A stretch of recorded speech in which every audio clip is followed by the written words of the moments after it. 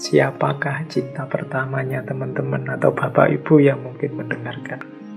Pasti punya, pasti ada cinta pertama itu. Yang seperti saya bilang tadi, dia hidup dengan sangat indah dalam kenangan kita.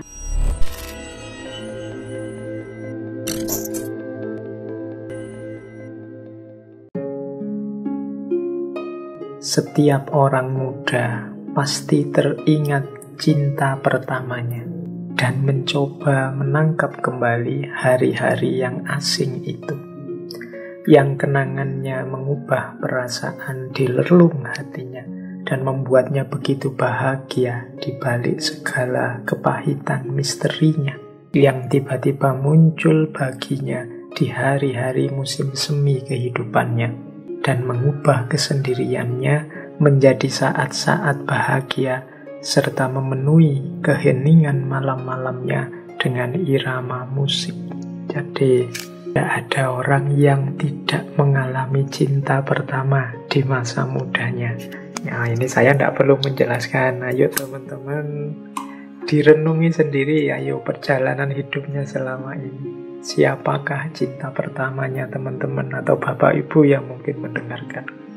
Pasti punya, pasti ada cinta pertama itu. Yang seperti saya bilang tadi, dia hidup dengan sangat indah dalam kenangan kita. Yang kita ingin kembali lagi ke sana. Kalau bisa, mbok yo, balik lagi ke masa itu. Kita ingin mengalami rasa yang sama, yang membuat kita begitu bahagia saat itu.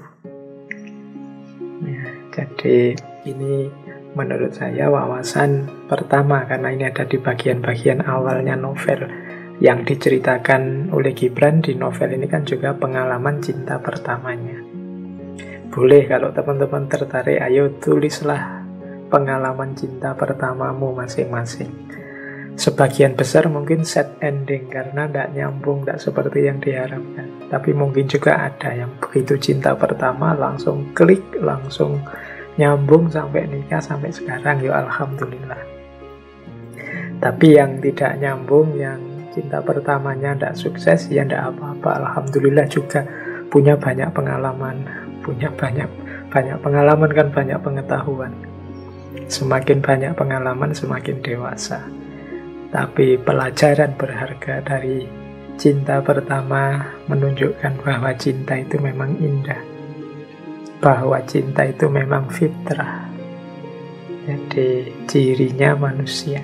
Ya mengapa ada yang sukses, mengapa ada yang tidak, ya karena manusia itu bukan seperti binatang. Kalau binatang ya tertarik, seneng, langsung nyambung, dipaksa, setelah itu bubar, tidak apa-apa. Tapi manusia itu kan ada norma, ada nilai-nilai, indahnya di situ. Jadi pelajaran pertama cinta adalah cinta pertama. Apa sih indahnya cinta? Kata Gibran, cinta itu adalah daya kehidupan. Disitulah lahirnya makna hidup. Kalimat di novel itu bunyinya begini: hidupku adalah sebuah koma, hampa bagai kehidupan Adam dalam surga. Ketika aku melihat Selma berdiri di depanku seperti seberkas cahaya. Dia adalah Hawa dari jantung hatiku yang memenuhinya dengan segala rahasia dan berbagai keajaiban, serta membuat aku memahami makna kehidupan. Jadi, kata Gibran, hidupku itu belum titik.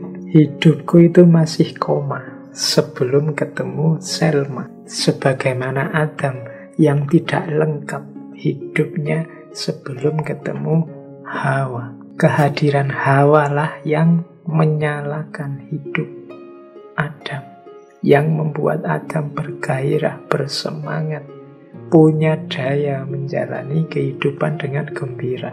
Kehadiran Hawa lah, kehadiran Selma lah, kan gitu. Hadirnya Selma membuat hidup yang semula koma sekarang titik. Sekarang ada maknanya. Bukan hidup yang hampa, bukan hidup yang dijalani otomatis kayak robot, cuma makan tidur dan seterusnya. Tapi hadirnya orang yang dicintai membuat hidup kita punya makna. Nah, jadi teman-teman yang belum ketemu Selmanya, belum ketemu Hawanya, berarti hidup kalian masih koma, belum titik. Hidup yang masih koma, ya kalau masih koma, masih perjalanannya masih panjang. Masih, jangan-jangan setelah koma terus masih koma lagi. Seolah-olah sudah titik, tapi ternyata enggak. Mungkin ya masih titik koma berarti. Pokoknya dia penuh setelah Selma hadir, setelah Hawa hadir. Berarti cinta adalah daya dalam kehidupan.